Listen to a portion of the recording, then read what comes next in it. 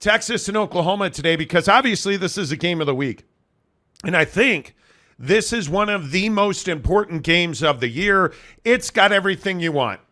National championship implications, Big 12 championship implications, but I think implications going forward between the Big 12 and the SEC. And so many people have made a story out of whether or not Brett Yormark's going to be at this game and Greg Sankey, the commissioner of the SEC, is going to be there for a part-time. It's amazing to me how much vitriol, anger, jealousy, frustration is surrounding the Red River Showdown. I was corrected yesterday.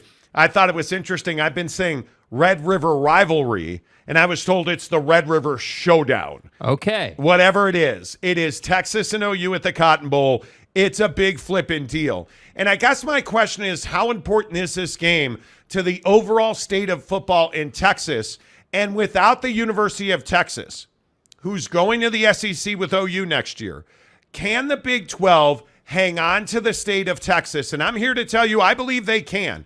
I think Texas is Big 12 country, and we look at why Dave Aranda is under so much fire at Baylor, because Baylor's critical. You know, you have TCU, obviously you have Texas Tech, you have Houston, you have Baylor. You need that group to be really strong. And right now, none of them are strong, and Texas is the behemoth. The Longhorns are dominating college football right now. Jake, can the Big 12 hang on to Texas without Texas? Yeah, I think that's really tough because Texas is obviously the biggest brand in the state. And I think that, sure, the Big 12 has numbers, right? Strength in numbers. You have more schools there than obviously the SEC has or will have. But I think what's tough is that when Texas is winning as a brand, they dominate. And everybody wants to be a Texas fan. It's cool to be a Texas fan. Texas is that big name in football, whether we're talking the NFL or college football. The state of Texas is a football state. And I think that, if Texas continues to win and continues to dominate, continues to be front and center in not only the college football playoff conversation, but also, a Heisman Trophy conversation, let's say, for years to come, they're going to continue to dominate that state. And look, I love the fight that Baylor has displayed. I think that Dana Holgorsen and Houston are going to do some things, but we need to see them do those things before we can say that they can compete on a brand level with Texas. So I think, moving forward, if Texas continues to win and we don't see mediocrity out of that program, I would say that the SEC probably, from a national perspective, owns the state of Texas moving forward. Yeah, I think it's going to be really close. Obviously, we have talked at length about Jimbo Fisher's struggles in College Station. I just don't think Texas A&M moves the needle at all in college football. I don't even think Texas A&M is relevant in the SEC at this point.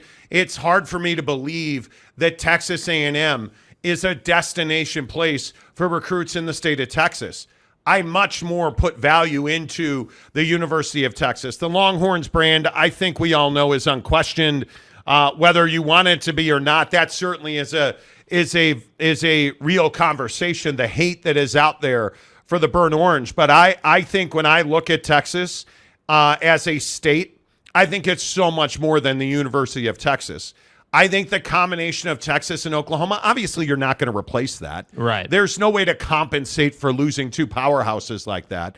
But when you look at what's coming into the conference, the four you added this year, adding Utah, the Arizona schools, Coach Prime in Colorado, I think you are in a much more stable, stronger position, as I think the Big 12 probably has ever been. That doesn't change the fact that this game, Saturday, OU in Texas, I think is massive. I don't know that it is the most important game in the history of Texas football. In fact, we all know it's not. But when you look at regular season Red River rivalries and you look at how difficult it is for me to say Red River rivalry, this is one of the biggest and most important ones of all time. I think there's a lot of pride on the line. And I think the funny thing here is, and much to Brent Venables' credit, I think he really enjoys the fact that nobody's talking about OU football. Nobody's talking about Oklahoma. Everybody's focused on Texas. Everybody is focused on them being national champions, Texas winning the conference on the way out the door, how long it's been since Texas has done that. It's kind of surprising to me that Oklahoma is flying under the radar. And I think if you are Texas, you need to be very careful this weekend because I don't see this as a blowout. I think what they've accomplished at Oklahoma, even with the Art Briles controversy and all the noise that came up around that, Oklahoma's in a really good spot. Now, the problem, obviously, with Oklahoma this year is they've not been tested. Right. In any way, shape, or form, they've not been tested. I think I can make the argument that Texas could be the most tested team in the country at this point. They're going to be ready. And I think being at the Cotton Bowl gives them a slight advantage. I love Texas in this game. I think Texas should be the number one team in the country if Georgia falters in any way, shape, or form. And we're going to do Heisman Watch coming up in about an hour.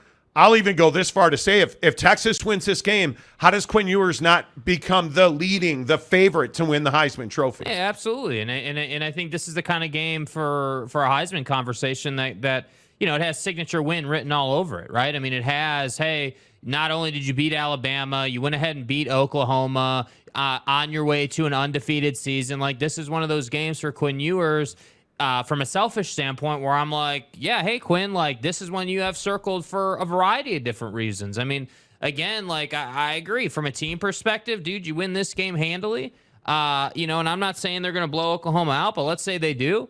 Dude, there's no reason why you shouldn't be number 2 in the country. Because, again, I maintain that Georgia should be number 1, just like you said, until they falter. But Texas is right there. I have no doubt that Texas could beat Georgia. I have no doubt about that.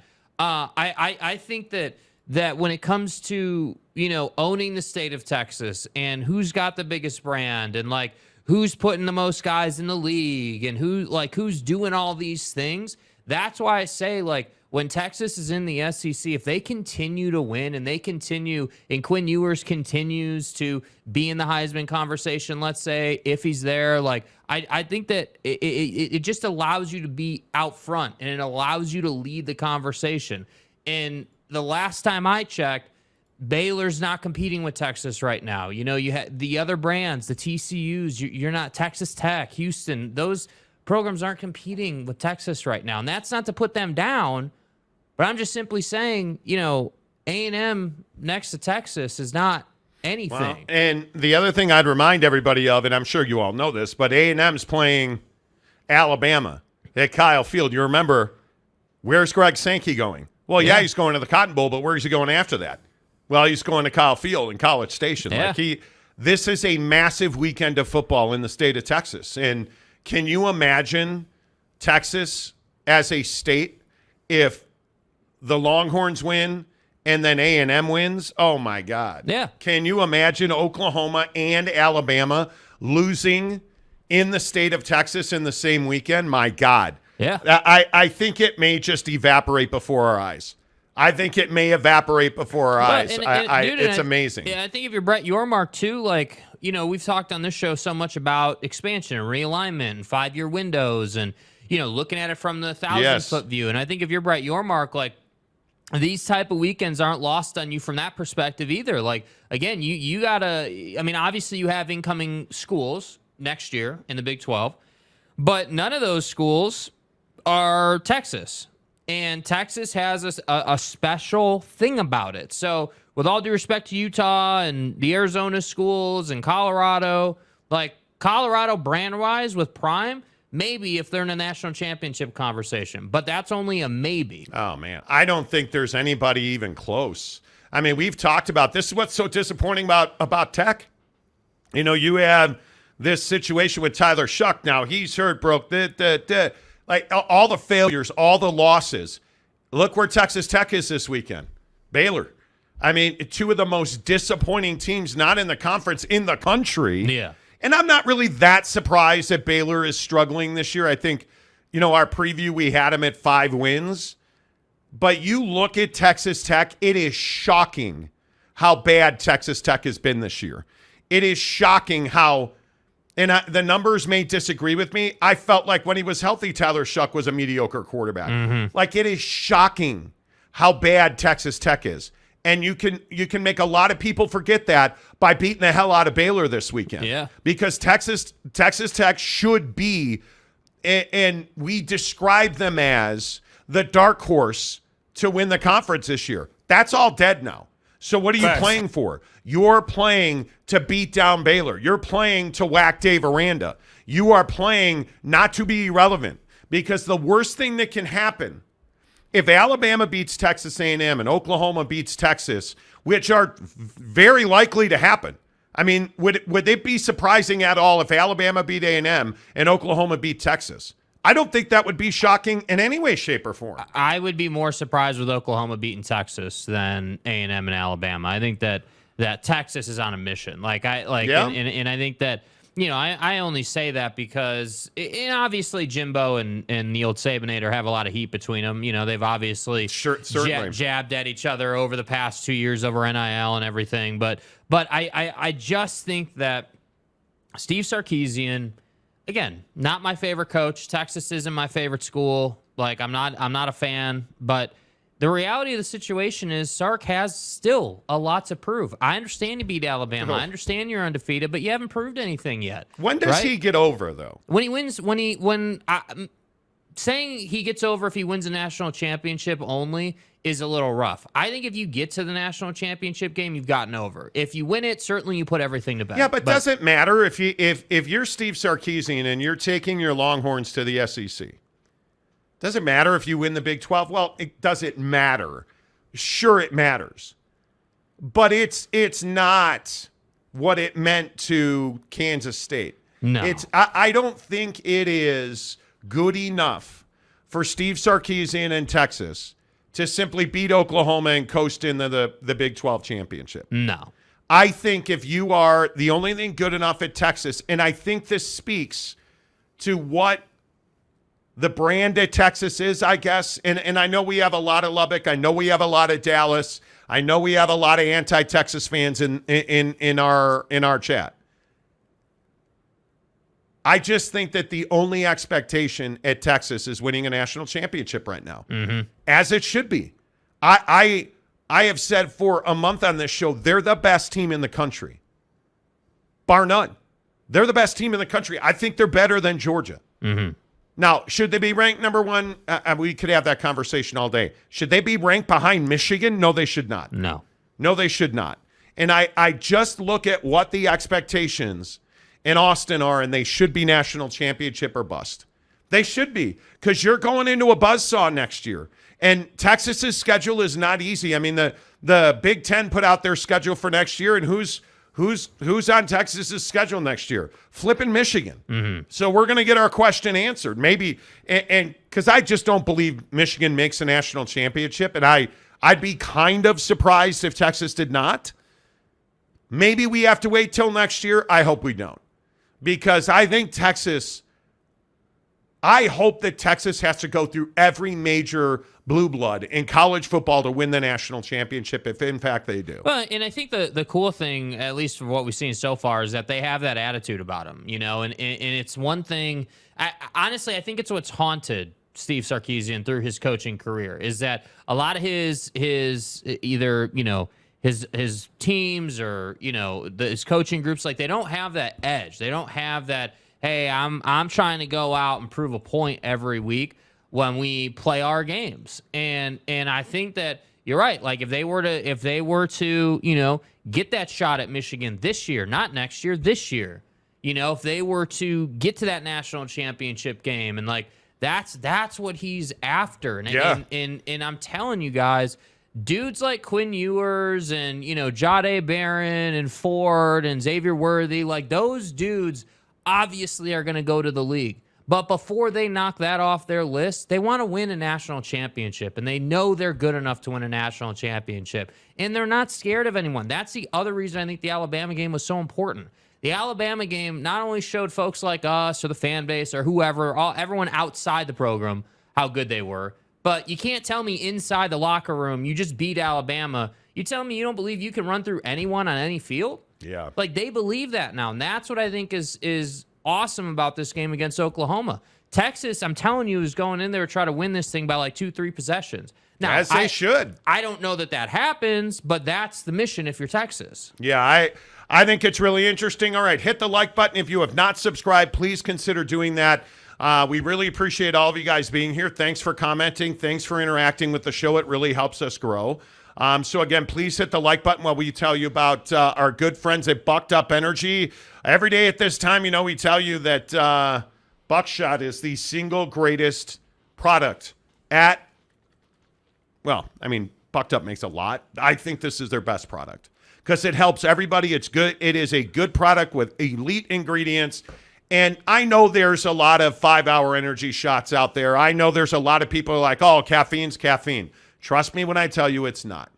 Not all caffeine is created equally. And when you combine it with the brain food that is in BuckedUp, it's a real difference maker for you. Again, whether you sit at a desk all day, maybe you tutor kids online, maybe you drive a truck, maybe you pour cement. Buckshot will get you through your day. That last phone call, that TPS report, having to deal with millennials for 5 hours straight, Buckshot will get you through that day. All you do, put it in the fridge because they're amazing cold, shake it up, and then drop it. There it is, 200 milligrams of naturally sourced caffeine, brain food, no spikes, no drops, just the best in the business. And right now, in the description below, you guys, don't take our word for it. We want to give you 6 free Buckshots. There's a link below. Hit it. They'll send it right to your door. You don't have to pay for them, and then you're going to get to try it. You're going to get to experience what I talk about every day with Buckshot. That's how much BuckedUp believes in their product. It's in the link below. Hit it. So many have in the last 5 days. We have had over 300 viewers get a 6-pack of Buckshot for free. Why haven't you taken advantage of it? Right now in the description below. Hook it up. Buckshot, BuckedUp, the official energy provider of the Monty Show. And hey, if you need some whey protein isolate, if you need some greens, some endurance, their pre-workout is award-winning and by far the best on the market. Use the promo code Monty20 to get 20% off at checkout. All right, let's go. First one in today, Patrick Bourne. Welcome back to the program, Patrick. Good to see you. Patrick says, I'm not anti-Texas. Well, as a Baylor fan, I think you probably should be if you're not. But hey, who am I to say? Kevin the Destroyer, first one in. Wow, look at that. Horns down crimson. Look at that helmet by Kevin the Destroyer. Nice job. LV Seminole says first loser. Yes, second place is the first loser. You know what I'm saying? Derek Roche says, dang, I'm off early today. I can probably listen to most of the show. Let's go, baby. Hey, did you guys see the article that came out on Cam Rising? Speaking of Derek Roche, did you guys see the article that came out? Everybody had believed Josh Newman, KSL Sports in Salt Lake City wrote it. Everybody had believed that Cam Rising tore his ACL. Well, he did, but he tore every other ligament and cartilage in his knee as well. He did not just tear his ACL. Cam Rising blew his knee out. So the ACL, the MCL, the patella, he had a major cartilage injury. That's a big deal. Now maybe you understand why he has not been back. If you have not seen the interview with Josh Newman and Cam Rising, go get it. It's on my Twitter feed, The Monty Show, MONTY, The Monty Show. Derek, good to see you. The 14 playoff awards easy schedules. The SEC are totally overrated and have been for a while. Well, I don't know that I would say that Georgia's overrated. I think that, the Nick Saban teams that were national championship contenders were not overrated. This year's Alabama team is not nearly as good as past Alabama teams. But to me, again, and this is where opinion in college football comes in. This win that Georgia had last week at Auburn, I thought was a great win. That said, Georgia has expectations. So playing a close game with Auburn at their place probably isn't a good look for the college football playoff. So that's why I say I think Georgia's legit. I think that was a good road win. But teams like Michigan are not legit, in my opinion. Ohio State is not legit, but seemingly, is in that picture every single year. A win over Notre Dame isn't legit for Ohio State? Not when it's asterisked, the way it was asterisked. Yeah, sure, you beat Notre Dame. Wow. But, Whoa. What do you mean the way it was asterisk? It was asterisk. They had 10 guys on the goal line. And Who you cares? ran right where they were. Hey, that's not Ohio State's fault. That's not Ohio. That's a win at Notre Dame Stadium. At fault. We're talking about the legitimacy of their win. I totally if we're going to disagree. sit here and knock Georgia for beating Auburn on the road, then Ohio State can get knocked for the Notre Dame win. Look, man, I love Notre Dame. I think everybody knows that. I'm a huge Notre Dame fan, and I am telling you that I am somebody that believes Ohio State was the better team that day. Ryan Day was the better coach that day. And I think what Ryan Day said after the game about Lou Holtz and all of that nonsense, they were ready for Notre Dame. Notre Dame put up a hell of a fight. But I'm not taking anything away from Ohio State on that win. I think what Ohio State accomplished there was, I thought they were really good. Now, is Alabama overrated? No, I don't think so. I think Alabama's coming into their own. I just think it's going to take some time, but man, I'm really surprised to hear you say that. Aaron Wilson says Notre Dame was in that game. They were in that game. But to what Jake's talking about, if you guys didn't see it, and somehow you missed it, I don't know how. Notre Dame on the last 2 plays of the game had 10 men on the field. And what was it, 5 inches? Ohio State scored a touchdown by 5 inches. And the missing 11th man was their right defensive tackle. That's not Ohio State's fault. Right. In any way, shape, or form. But I'm not talking about whether it's their fault or not. I'm talking about the legitimacy of a win. Dude, if the right tackle is there, you probably don't score. That's the reality of it. But you did. You got the win. Yeah, but when when we're talking about rankings and stuff, yeah, I'm absolutely gonna I'm gonna say, okay, yeah, you won, you beat Notre Dame. But it's not like, in past years where Ohio State's come out and dropped 50 on a great opponent and just blown them out. I mean, that was a different game. Again, I'd remind you, Notre Dame's pretty good. Yeah, they are. But part of being an elite team is having elite coaching. Notre Dame does not have that. Ohio State does. And I think we saw it again in Notre Dame Duke when Notre Dame was running around in the red zone late in the game. And it cost them a touchdown again because they didn't have the right play call and the right assignment in. Yeah. Right? So I don't know. I would we take something away from Duke if Notre Dame was not properly positioned? I don't. No, because Duke isn't Ohio State. Yeah, yeah. Aaron Wilson also says the beam is back. Yes, it is. And we've tried don't get me started. Christopher Shannon, damn, Jake, you really holding that in Ohio State? He is. Yeah. He is. Because I'm tired of the double standard. I'm tired of people saying Georgia's not legitimate and the SEC gets a free pass, and then we want to sit here and say that Ohio State got a great win over Notre Dame.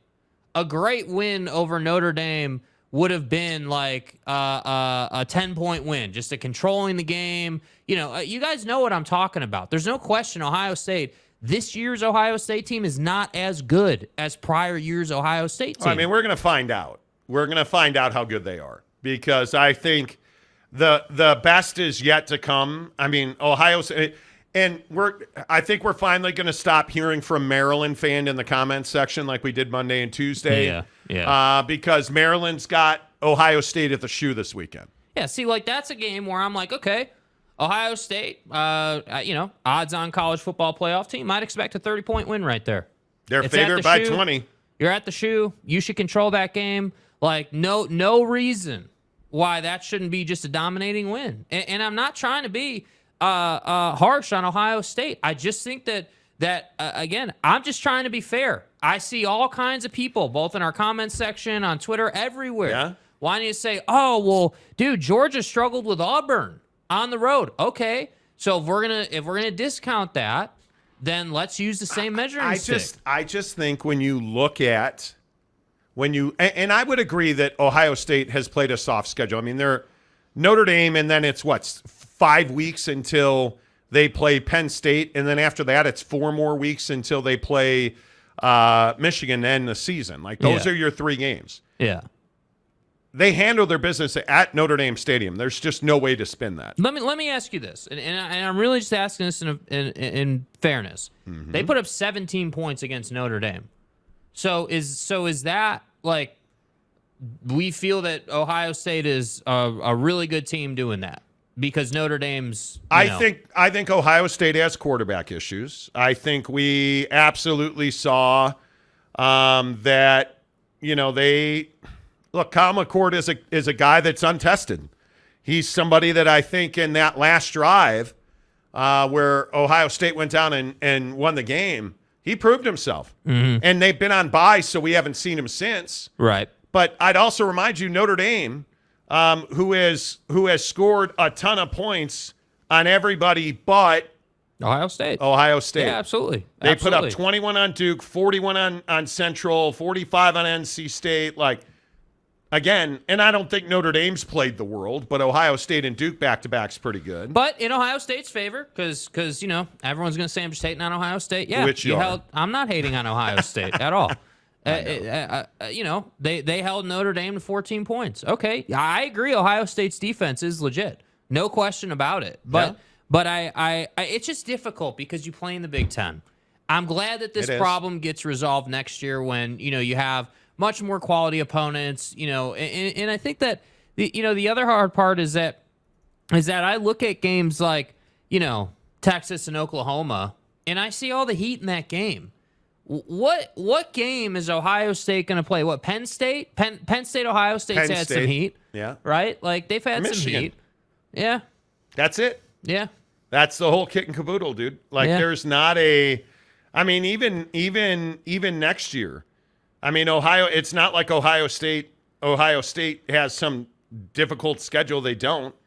I more look at, listen, it's all going to be played out in front of us. Ohio State or Michigan are going to lose. And it really is that simple. Whoever loses that game is probably out of the college football playoff. John Hamm for $5. Wow. Jake's hate on the Ohio State sounded like the haters on Deion Sanders at Colorado made no sense.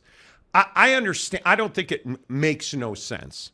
You're saying that, hey, if there had been 10 men at the goal line, Notre Dame probably wins that game. Well, or 11 men in the game at the goal line instead of 10. The problem is there wasn't, and we'll never know that. Yeah, man, that's and true. So that's the hyperbole that, and a lot of people have said that, hey, if they have 11 men in that formation, Notre Dame wins. But think of it this way. You just don't know that. Think of it this way, and this is kind of the point I'm trying to make. Whether you think it makes sense or not, that's your opinion. But the point I'm trying to make is when the College Football Playoff Committee is sitting around a table looking at Ohio State's schedule, you damn well know they're going to look at that Notre Dame game and say, okay, let's say Ohio State just smothers Michigan, just beats the living hell out of Michigan in a dominant win to end the season. Okay, the Notre Dame goal line thing probably isn't going to come up as much, right? Because you just made a statement against Michigan. There's no way we're denying you. I don't think anybody will talk about that goal line situation in December because their season will be so much more clearly defined at that point. Yeah. I think if you're a 2-loss team, sure. Okay, well, they beat Notre Dame. Notre Dame only had 10 men in the game. Okay, then we can have much more of a conversation about it. Yeah. But I kind of agree with John and some others. You're kind of being a hater now. Okay, well, let Ohio State prove me wrong then. Yeah. Tanner, thank you, Monty. That what if game is stupid. Oh, it's incredibly stupid. But that's what we do in college football. Is that not what we do? Oh, I think it's what we do in all sports. I'm not criticizing you for that. It's a strong take. You backed it up. I don't have a problem with it. I just disagree with you. That doesn't mean you're wrong. But I think we love the man. Can you guys imagine if Bill Buckner had caught that ball off of Mookie Wilson's bat? We love to do that stuff. Well, he didn't catch that ball, and they didn't have 11. So the reason I'm playing the what-if game with Ohio State is because you won the game by 5 inches. And all the pro-Ohio State people are going to say, well, 5 inches or 5 miles, doesn't matter. We won the game. Okay, that might be true. Well, but when you get into the college football playoff and you lose a game that maybe you shouldn't have lost, if that happens, again, prove me wrong, go win a national championship, and I'll shut up about Notre Dame. But that's how I look at college football. You're having to beat Notre Dame this year by 5 inches. You're having to struggle to go to Notre Dame and put up 17 points. Dude, last year, the year before, it's very true. Dude, you would have run Notre Dame's ass out of that stadium with 30. But maybe Notre Dame's actually good. Okay, there I said it. I said it. I actually feel that's a lie. Notre Dame's not good. They're okay. Yeah. Mike Smith, we also do a little thing called scoreboard. Hell yeah, we do. Yeah. Yeah, we do. You do. Yeah, and we they do. won the game, and that's why I keep saying you won the game. You're undefeated. You. There's no reason why you would be denied, and that's fine. I'm good with that. Levi Long. Watch out, Jake. You might get yelled at by Ryan Day. You know what? I hope Ryan Day chews my ass, dude. I hope he talks all about us. Right, Bobby Ryan? LOL, Notre Dame is not good. We don't have a coach. How can you win games without a coach, man? Notre Dame, our mother. You know, Dakota Tubbs. Oh, man, OG Gary's back. Is he really? Where's OG Gary? There he is. OG Gary, Ohio State is going 10-2. Well, I don't know. I actually would expect them to do more than that, man. I would, too. They beat Notre Dame, who's really good. I would expect them. Dude, the schedule says the only game you should be in any kind of danger of losing is Michigan. And Penn State, I know there's typically heat, but you should beat that team, man. They are not good this year. Yeah, J.K. Marshall's being a jerk by saying, what if the Cubs? What if the Cubs were owned by somebody else? I know. It's crazy. Expedition Greg, if you don't think Notre Dame is good, look what happens when they play USC next Saturday. Well, let's find out. Because, again, I think USC is a really interesting question. Going off the Colorado game, I think Notre Dame's got a great chance to beat USC. Is USC legitimate? Is USC a national championship contender? I don't think we can say that right now. It's tough for me to say that right now. 40 points, giving up 40 against Colorado. And I know, and this is what you said last week, and I totally agree with it. Hey, 9 a.m. kickoff. You know, SC really didn't get going until the second half. Okay, cool. Same deal with Ohio State, right? We're not changing the logic. Okay, hey, you won the game. I'm not going to play the what-if game.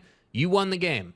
If you're any type of national championship contender, any type of college football playoff team, you should be able to put up at least 24 points on the Notre Dame defense, because I agree their defense is solid. Yeah, I'll be interested to see how that goes. That game's at Notre Dame. Obviously, USC's got to get by Arizona first. And Jed Fish, I'm a huge Jed Fish fan. They're not capable of beating USC. No. So this will be a tune-up, and maybe, hey, Arizona could be that trap game. But all of this to say, I think when you look at the real powerhouses in college football, Texas has passed every test. And I still maintain Texas is the best team in the country. You notice how we don't have to play the what-if game with Texas? There's no asterisk next to the Alabama win. There's no questions or Texas is in my opinion, Texas is right there with Georgia. Those are the two best teams in the country. And I just don't think that's really like in dispute. I don't even think that's a hot take. Those two are clearly better. But how big is I think they're clearly better. Yeah. But I still maintain the Texas Tech Baylor game is massive. Like, that's a big game in the Big 12. Mm-hmm. That is, and I don't care what Baylor says, they can continue to support Dave Aranda all they want. You're making a coaching change after the season. I don't see how you don't. Yeah. But I think for Texas Tech, this game is absolutely ginormous. Oh, and I think for Joey's tenure so far, I mean, I this is obviously a huge brand in the Big 12. It's definitely one you want to win. Yeah, I can't get away from this sunbeam, by the way. Oh, paralyzing. Let's see. Bryce Martin. SEC has most of Texas's big donors. Big 12 has schools with core recent success. It's a stalemate right now. That's why Texas Tech, and I know you guys are tired of hearing me say it because I see it in the comments section every night. Texas Tech is critically important to the Big 12. Yeah. Critically important. You have to have. I just think you have to have Texas Tech be good. Texas Tech has to be relevant. Texas Tech has to win big games. What if Texas Tech had actually hung on and beat Oregon? What if Texas Tech had hung on and beat Wyo? Yeah. What if? Right? It's just so important. It is so important that Texas Tech pull their heads out of their asses in Lubbock and they start winning games. Yeah. And I think it starts this weekend with Baylor. Dude, you look at where we're at. We're not early anymore. It's week 6. Jake said to me, oh, yeah, it's week 6 in college football. I'm like, shut your mouth. No, it's week 6 in college football. About, man? But you look at this game. what is it, Saturday night in Waco? It's at Baylor for Tech. Yeah. Kansas State at BYU, TCU at Kansas, UCF at Texas. Where's the easy out on that schedule? There's not one. There's not one. Because you look at how good BYU's been in the conference. And I've said it 1,000 times now. I was wrong about Keaton Slovis. After that last performance at BYU that he put up for BYU, and you beat Cincinnati in a massive game, and next weekend now you go to Fort Worth to take on TCU, you're going to be in every game. You are. You're going to get torched by Texas, but I would fully expect BYU to beat Texas Tech and Provo. Yeah. I'd fully expect BYU to beat Iowa State.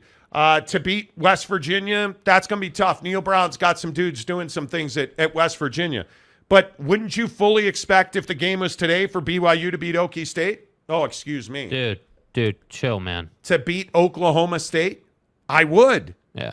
I would. I think that's a 7-win team. Yeah. Because I think they're going to beat Texas Tech.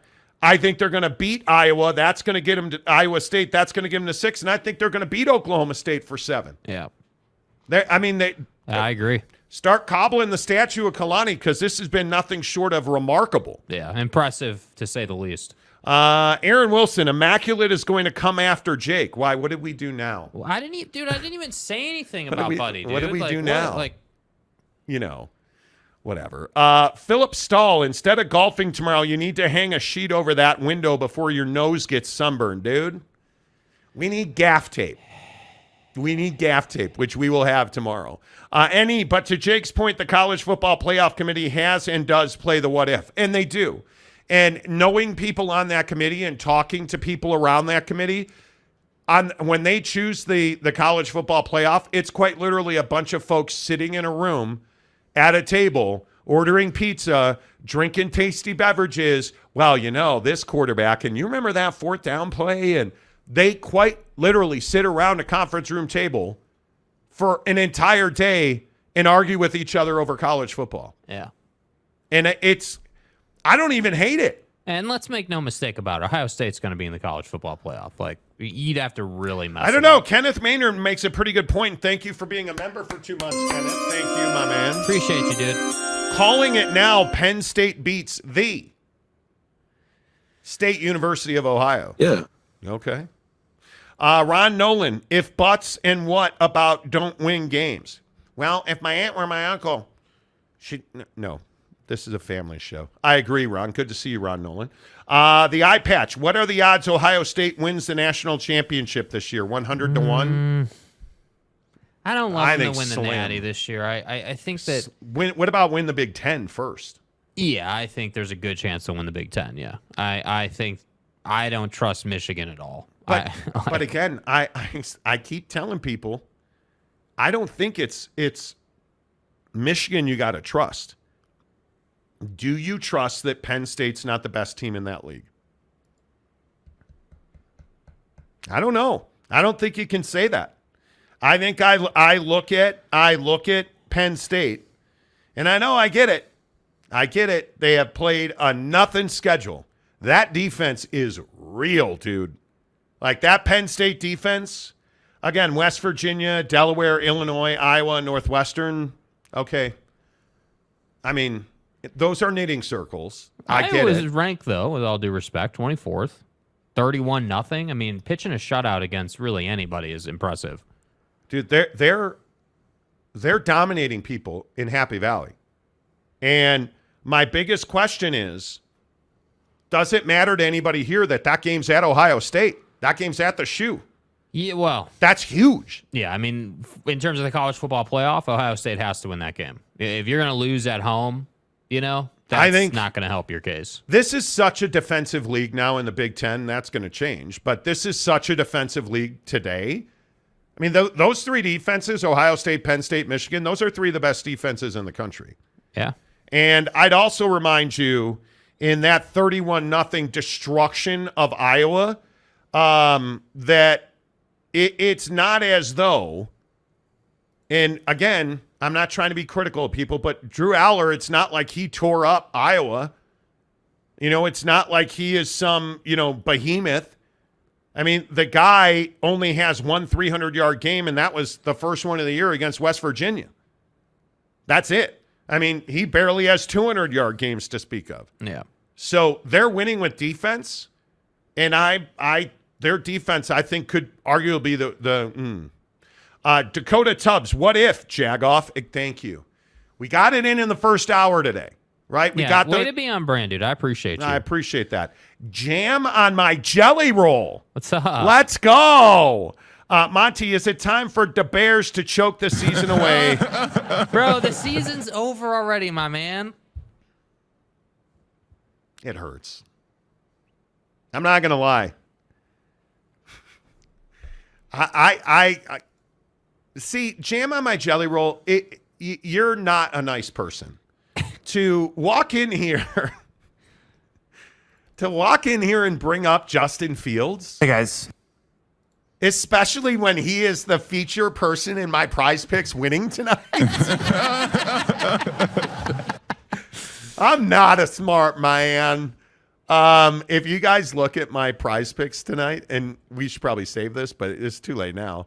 If you look at my Prize Picks tonight, you're getting a real look at Justin Fields more than 193 yards, DJ Moore more than 4 catches,